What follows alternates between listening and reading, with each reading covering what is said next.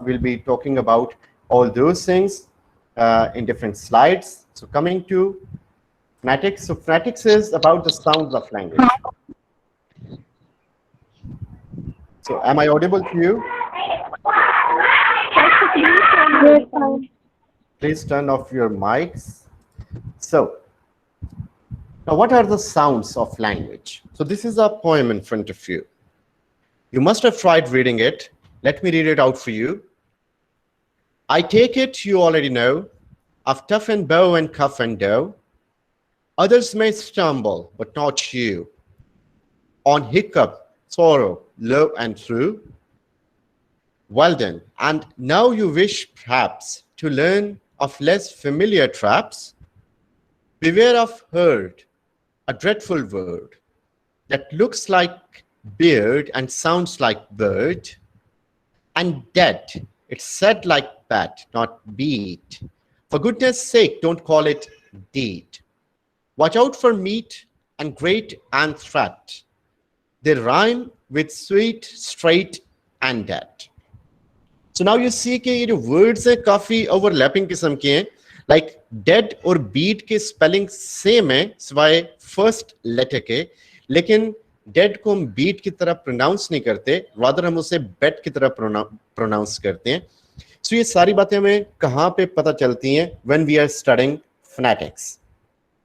So phonetics basically क्या है? It is about how sounds are produced, how they are transmitted, how they are received.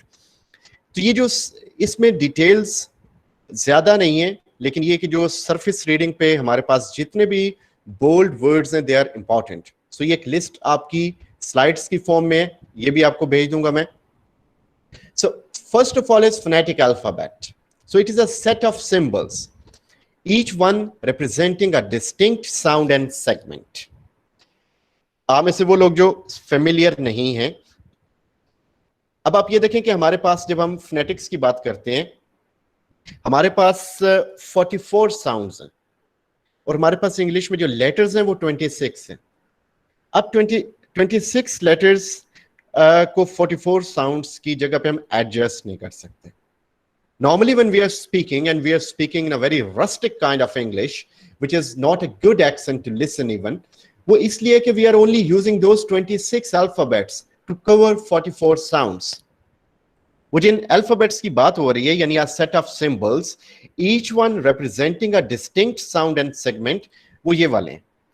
Now you can see some familiar alphabets like this P, B, T, D, K, G, H, but there are certain, now this theta symbol, now this symbol like in under palatal, एक 3 like symbol है जिसको Z भी देख सकते हैं, एक D Z इकट्ठा हुआ है. So ये कुछ symbols हैं जो कि बनाए गए हैं उन sounds को बताने के लिए कि हमने sounds के अंदर differentiation कैसे करनी है. ये जो different किस्म के symbol हैं ये हमारे phonetic alphabets हैं. So क्या definition है phonetic alphabet की? It is a set of symbols, each one representing a distinct sound and segment. Next we have phonetics. So phonetics is the general study of the characteristics of speech sound. यानी जो speech sound के characteristics की एक general study है, जब हम उसे particular लेके जाएंगे वो phonology बन जाएगी. एक जनरल स्टडी जो कि ह्यूमन स्पीच साउंड की है कि जो हम बोलते हैं, जो साउंड्स प्रोड्यूस करते हैं, उसको फोनेटिक्स कहा जाता है. ये फोनेटिक्स की तारीफ है, ये आप लोगों ने याद रखनी है. And then the study of how speech sound are produced is articulatory phonetics.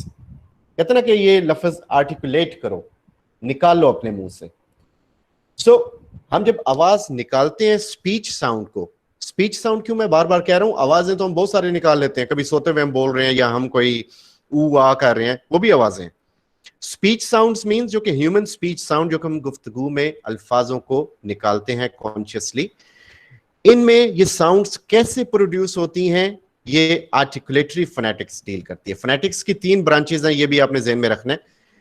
3 branches of phonetics. तो उसमें फर्स्ट जो ब्रांच है वो आर्टिकुलेटरी फोनेटिक्स है. ये डील करती है कि जो साउंड्स हैं इनकी प्रोडक्शन कैसे होती है. देन द नेक्स्ट थिंग, एक साउंड प्रोड्यूस हो गई. Second category of phonetics or type of phonetics is acoustic phonetics that deals with how speech sounds are transmitted. You must have read about acoustic guitar. Acoustic guitar क्या है? That needs the airstream mechanism, जिसमें उसको play किया जाता है और sounds जो हैं वो transmit होती हैं. तो acoustic phonetics deal करती है कि हम sounds को transmit कैसे करते हैं. लाइक जो आर्टिकुलेटरी थी वो साउंड प्रोडक्शन थी, ये साउंड ट्रांसमिशन है. सो ये सेकंड टाइप थी फोनेटिक्स की. 3 ब्रांचेस हैं, मैंने पहले बताया आपको फोनेटिक्स की. तो पहली ब्रांच में आर्टिकुलेटरी फोनेटिक्स है, जो कि साउंड प्रोड्यूस कैसे की जाती हैं. सेकंड इज अकूस्टिक फोनेटिक्स, यानी साउंड्स को ट्रांसमिट कैसे किया जाता है. And third is auditory phonetics. It comes from the word audio, यानी सुनना, ऑडिबल होना. The study of speech sounds are received, कि कैसे इन साउंड्स को रिसीव किया जाता है. सो ये तीनों ब्रांचेस हैं फोनेटिक्स की. फोनेटिक्स डील करती है कि स्पीच साउंड्स बोली कैसे जाती हैं, पहुंचाई कैसे जाती हैं, सुनी कैसे जाती हैं. सो ये आपने याद रखना है कि फोनेटिक्स क्या है. ये एक जनरल स्टडी है स्पीच साउंड्स की, जिसको हम फोनेटिक्स कहते हैं. आगे इसकी 3 ब्रांचेस हैं, articulatory, acoustic and auditory phonetics. अब इसमें फिर हमारे पास वॉइसलेस एंड वॉइस्ड साउंड्स होती हैं. कुछ साउंड्स हमारे पास जो हम बोलते हैं वो वॉइसलेस होती हैं, कुछ साउंड्स हम जो बोलते हैं वो वॉइस्ड होती हैं. अच्छा, अब वॉइसलेस साउंड्स कौन सी है? When the vocal folds are spread apart. अब वोकल फोल्ड्स क्या होते हैं? आपने देखा होगा कि आपके गले के ऊपर एक थोड़ी सी उभरी हुई जगह होती है, जिसे हम एडम्स एप्पल कहते हैं. एडम्स एप्पल क्यों कहा जाता है? ये भी एक मिथ है, रियल नहीं है. ये जो भी हम बात कर रहे थे पैराडाइज लॉस्ट की, कि एडम ने वो एप्पल का फ्रूट खाया तो वो उनके गले में फंस गया और अंदर नहीं गया, वो उभरी हुई एक जगह रह गई. उसके बाद आने वाले तमाम इंसानों में ये चीज बाय डिफॉल्ट आना शुरू हो गई. लेकिन this is only a myth. इस प्लेस को इसलिए एडम्स एप्पल कहा जाता है, जिसको हम अपनी गर्दन के ऊपर एक उभार देखते हैं. कईयों का ज्यादा होता है, कईयों का कम होता है. उसके बिल्कुल पीछे हमारे वोकल फोल्ड्स होते हैं, जिन्हें वोकल कॉर्ड्स भी कहा जाता है. अब जब हम बोलते हैं कोई वर्ड और जो हवा हमारे लंग्स से पास होके मुंह की तरफ से बाहर निकलती है, तो वो जब वोकल फोल्ड्स ओपन होंगे, हवा बिल्कुल इजी निकल जाएगी बाहर, तो वो साउंड्स जो हम प्रोड्यूस करेंगे उन्हें हम वॉइसलेस साउंड कहेंगे. यानी उसमें वॉइसलेस क्यों कह रहे हैं? क्योंकि उसमें वाइब्रेशन नहीं हो रही वोकल फोल्ड्स के अंदर. अभी मैं आपको इसका प्रैक्टिकल करके दिखाता हूं. Second is voiced sounds. तो ये साउंड्स की जो दूसरी कैटेगरी है दैट इज वॉइस साउंड्स.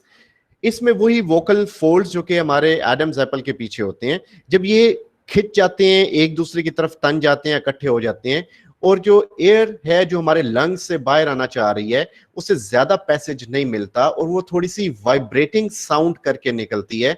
सो इसको हम वॉइस्ड साउंड कहते हैं. अब इन दोनों साउंड्स को पता करने का तरीका क्या है? Let me come to that chart. आपको इस चार्ट में नजर आ रहा होगा कि बाइलेबियल के नीचे -V और आगे +V लिखा हुआ है. सो -V मींस वॉइसलेस और +V मींस वॉइस्ड साउंड्स. अब आपने करना क्या है? फ्री टाइम में when you are done with the class today, आपने अपने एडम्स एप्पल पे हाथ रखना है और आपने इन साउंड्स को बोलना है. लाइक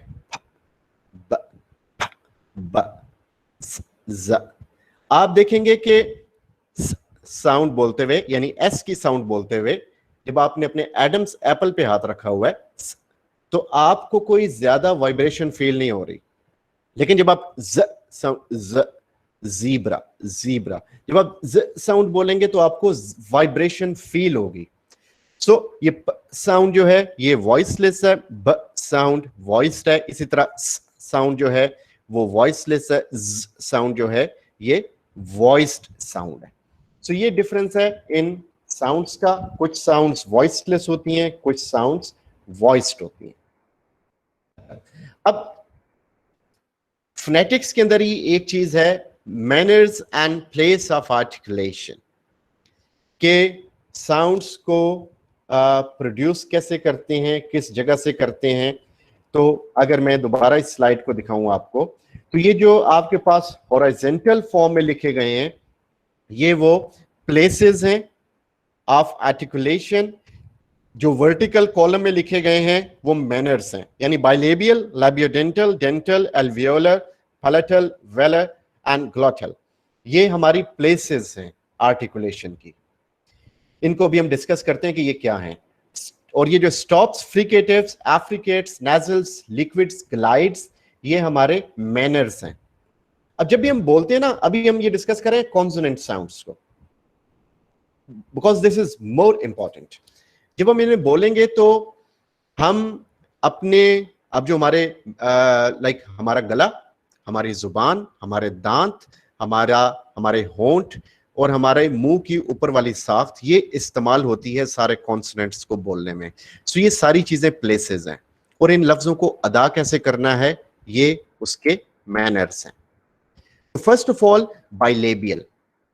तो कुछ साउंड्स हमारी ऐसी होती हैं, ये यानी ये जितनी भी मैं ये चीजें इसमें बता रहा हूं, ये सारी की सारी आपके एमसीक्यूज के हवाले से इंपॉर्टेंट है। आपको वहां पे इस तरह का ऑप्शन आएगा कि what are the sounds which are uttered by combining both lips together. So उसके नीचे ऑप्शंस होंगे। So bilabial is the correct option. So bilabial means two lips, ये both the lips. So जब हम कोई साउंड अदा करते हैं जिसमें दोनों लिप्स हमारे इकट्ठे होते हैं और फिर उसके बाद हम उसे रिलीज करते हैं, जिस तरह प और ब। So प साउंड को, यानी पी की साउंड को, मतलब आपने पैरट बोलना है, तो उस लफ्ज को बोलने से पहले की पोजीशन आप देखेंगे, आपके दोनों होंठ बंद होंगे। पाकिस्तान कहने से पहले आपके दोनों होंठ बंद होंगे। So this is bilabial position. Then we have labiodental, यानी लिप्स एंड टीथ। सो इसमें क्या होता है कि आपके जो अपर जो टीथ हैं वो आपके लोअर लिप के ऊपर आ जाते हैं। इसमें फॉर एग्जांपल टीथ भी यूज हो रहे हैं और आपके जो लिप्स हैं वो भी यूज हो रहे हैं। So these sounds are formed with the upper teeth and the lower lip. अब आप यानी फैट और वैट, आप इस स्लाइड के बाद इसको प्रैक्टिस कर सकते हैं कि जब आप इन वर्ड्स को बोलने की कोशिश करेंगे, जब आप कॉन्सोनेंट फ यूज करेंगे या व यूज करेंगे, तो आप देखेंगे कि आपके अपर लिप, अपर टीथ लोअर लिप के ऊपर आ जाते हैं, और उसको रिलीज करने के बाद आप ये वाले लफ्ज बोल पाते हो। So these are labiodentals. यानी लैबियोडेंटल्स की तारीफ क्या है कि जब आपके अपर टीथ लोअर लिप पे होंगे तो जो साउंड्स प्रोड्यूस होती हैं, they are labiodentals. Then we have dental sounds. अब डेंटल साउंड्स कौन सी हैं? जिसमें हम टिप ऑफ जो टंग है, हमारी जुबान की जो टिप है, उसे अपर फ्रंट टीथ के ऊपर रखते हैं। यानी आप इसके बाद ये ट्राई कीजिएगा कि टिप ऑफ टंग को ऊपर फ्रंट टीथ पे रखें, और ये जो इनिशियल साउंड्स आप बोलने की कोशिश करेंगे, जिसमें then, then, final, then, like bath, bath, bath की एंडिंग साउंड एंड थेन की बिगनिंग साउंड। जब आप अपने मसलन एक चीज है द वर्ड थैंक यू, अब इसको मैं थैंक यू भी कह सकता हूं, क्योंकि हमने अपने 26 अल्फाबेट को यूज करते हुए मैं इसे थैंक यू कह रहा हूं। This is thank you, thank you. अब वो किया कि मैंने अपने अपर फ्रंट टीथ हैं उस पर जुबान एक जगह पे लगा दी, और फिर आप थोड़ा सा अपने एयर को मुंह से एक्सेल करने की कोशिश करें, निकालने की कोशिश करें। यू विल फील कि हवा आपकी जुबान के दरमियान से तो ब्लॉक है, क्योंकि आपकी जुबान अपर फ्रंट टीथ को कवर करके बैठी हुई है, साइडों से एक सीटी जैसी आवाज निकल रही है। फिर आप इसे रिलीज करके बोलेंगे तो वो थैंक यू नहीं आएगा, that will be thank you, thank you, thank you. So this is dental sound, कि जिसमें अपर टीथ हमारे जो है उसको जुबान की टिप उसको टच करती है। देन एल्वियोलर्स। एल्वियोलर क्या है? जब आप अपने मुंह के अंदर अपना अंगूठा लगाएं, दांतों के पीछे एक बड़ी हार्ड सा सरफेस है जिसके अंदर आपके दांतों को अल्लाह ने खुबाया हुआ है। बेसिकली वो इस बोनी रिज है जिसमें आपके दांत काबू आए हुए हैं। सो इसको जब हमारी जुबान टच करती है तो उसमें से ये जो साउंड्स ट ड, यानी टॉप, डॉप, टॉप, डिप, सिट, जू। हम जुबान को वहां पे टच करें। सो whenever teeth is touching the alveolar ridge, उसे alveolar ridge कहते हैं जिसके अंदर हमारे दांत हैं। सो ये alveolars कहलाई जाती है।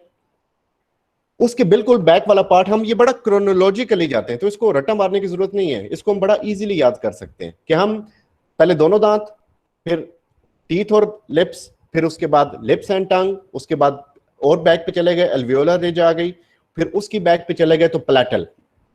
अब प्लेटल में हमारे पास शुरू में हार्ड पैलेट आता है, तो हार्ड पैलेट पे जब हमारी जुबान टच करती है तो हम कुछ वर्ड्स को निकालते हैं।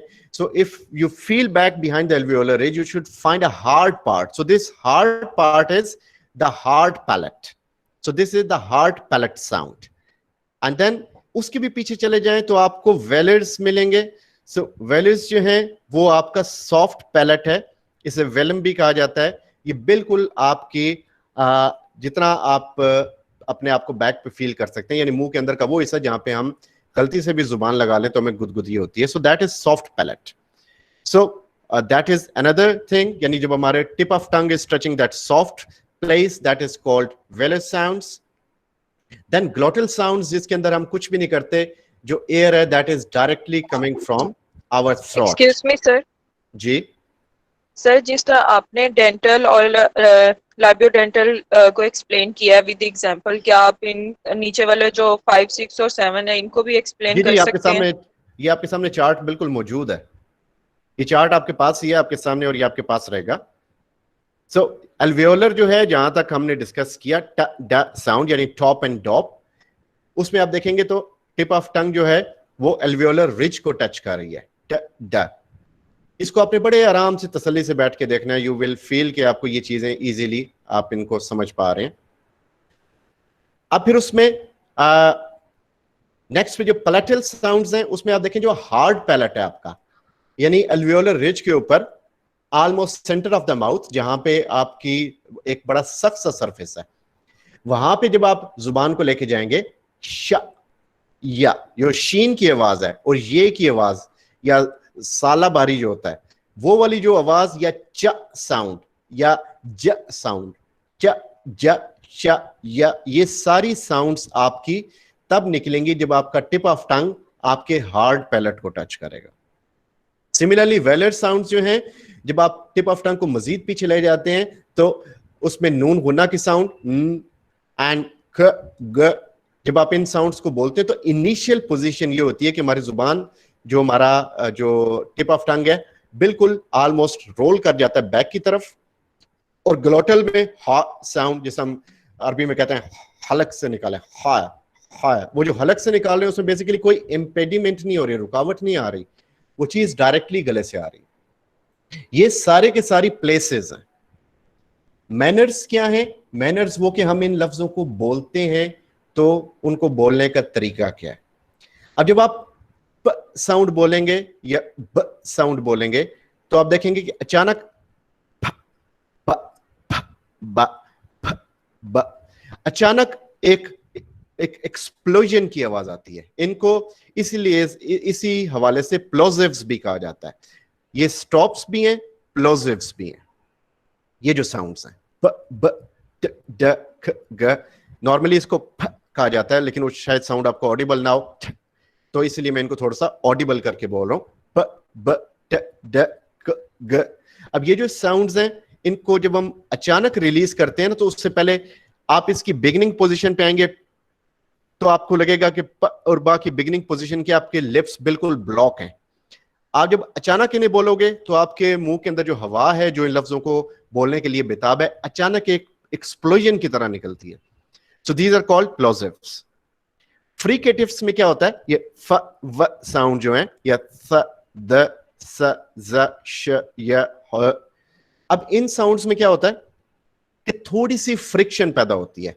अब फ साउंड, जिसको हम लेबियोडेंटल भी समझते हैं कि अपर टीथ लोअर लिप पे होते हैं, जब हम ये रखेंगे और बोलने की कोशिश करेंगे तो हवा साइडों से निकल रही है, उससे थोड़ा सा अखराज मिल रहा है, लेकिन उसमें फ्रिक्शन जो है वो पैदा हो रही है। तो जब हम बोलेंगे तो एक फ्रिक्शन के साथ वो वर्ड्स बोले जाएंगे, that is why they are called fricatives. Similarly affricates में ये च ज, इसमें फ्रिक्शन ज्यादा हो जाती है। इनको ये तो खैर चलें, ये एक्सप्लेन हो गए। एफ्रिकेट्स में जब ज्यादा फ्रिक्शन आएगी तो they are called affricates. Liquid sounds जो होती हैं, ये जिससे ल sound, now this is liquid sound, sound red में लिक्विड साउंड है, दोनों वॉइस्ड साउंड्स हैं। और ये जो है ये इसमें एयर स्ट्रीम मैकेनिज्म जो है वो जब हम middle of the alveolar ridge की तरफ टिप ऑफ टंग लेके आते हैं तो हम एयर स्ट्रीम मैकेनिज्म को जब अलाउ करते हैं तो ल साउंड निकलती है। सिमिलरली ग्लाइड्स, ग्लाइड्स जो इन्हें हम सेमी वॉल्स भी कहते हैं, क्योंकि इसमें हमारी जुबान जो है जब हम वॉवल साउंड्स को प्रोड्यूस करते हैं तो हमारी जुबान ग्लाइड कर रही होती है, स्टेटिक नहीं होती, मुख्तलिफ 2-3 जगहों को टच कर रही होती है अंदर। तो वो साउंड को बोलते हुए भी हमारी जुबान ग्लाइड करती है मुंह के अंदर। So whenever the tongue is in position of gliding, so such words are called semi vowels और ग्लाइड्स। और जो वॉवल्स हैं, vowels are basically the ones जिसके अंदर हम लाइक कॉन्सोनेंट्स में तो ये है कि हम ऑब्स्ट्रक्शन होती है, कभी मुंह की ऑब्स्ट्रक्शन आ रही है होंठों की, कभी लिप्स की आ रही है, लेकिन इसके अंदर कोई ऑब्स्ट्रक्शन नहीं होती, दे आर फ्री, ये बिल्कुल फ्रीली मूव करते हैं।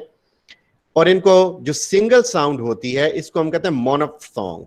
मोनो जैसे मोनोटोन होती थी, इन दिस वे मोनोफ्थोंग्स। और जब दो वॉल साउंड्स मिल जाती हैं दे आर कॉल्ड डिफ्थोंग्स। जिसका साउंड मैंने बताया कि साउंड हमारे मुंह में ग्लाइड करती है, so when the combination of two sounds is there, so that is called diphthongs. अब ये बेसिकली ये जो है ये पोर्शन बड़ा ट्रिकी पोर्शन है। अब यहाँ पे हम exactly manner and place of articulation को अंडरस्टैंड नहीं कर पाएंगे इन वन सिटिंग। इसके लिए मेरे चैनल के ऊपर मैंने एग्जैक्टली वो जो सबसे पहले तो आपको इसको डिटेल से समझने के लिए वो अल्फाबेट्स चाहिए जो कि 44 अल्फाबेट्स हैं। आप मुझे कहेंगे तो कल हम इन अल्फाबेट्स को डिस्कस कर लेंगे यहीं पे अव्वल तो, लेकिन उससे बेहतर ये है कि बड़ा ही डिटेल में मैंने ये 3 चीजें, 3 वीडियोस हैं अगर आप इसको ज्यादा डिटेल में समझना चाह रहे हैं। एक मेरी वीडियो है इस पे के like what are those consonant symbols, जो 24 कॉन्सोनेंट सिंबल्स हैं, फिर 20 वॉवल सिंबल्स, उनकी एक अलग वीडियो है ताकि आपको ये सिंबल्स समझ आ जाए कि कौन सा सिंबल किसके लिए स्टैंड करता है। आपसे सिंबल्स पूछे जा सकते हैं एग्जाम में, यानी उसमें आपको कोई एक वर्ड दिया जाएगा, उसके नीचे उसकी फोनेटिक ट्रांसक्रिप्शन आ सकती है कि इसमें से कौन सी करेक्ट है इस वर्ड के लिए। फोनेटिक ट्रांसक्रिप्शन क्या होती है? जब आप डिक्शनरी को कंसल्ट करते हैं तो नीचे कुछ सिंबल लिखे होते हैं, जो सिंबल उसकी हमें प्रोनाउंसिएशन बता रहे होते हैं, तो हमने बताना कि एग्जैक्टली इनमें से कौन सा सिंबल करेक्ट है इस वर्ड के लिए। सो 2 वीडियोस वो हैं, फिर एक manner and place of articulation of walls पे है और एक कॉन्सोनेंट्स पे है। सो ये 4 वीडियोस आप देख लें अपने फ्री टाइम में ताकि आपको उसका डिटेल आइडिया हो जाए कि आप उसमें से क्या चीज मिस आउट ना कर जाएं कुछ, या लाइक आपको पता होना चाहिए। मेरा अपना पर्सनल ख्याल है कि यू शुड नो दिस।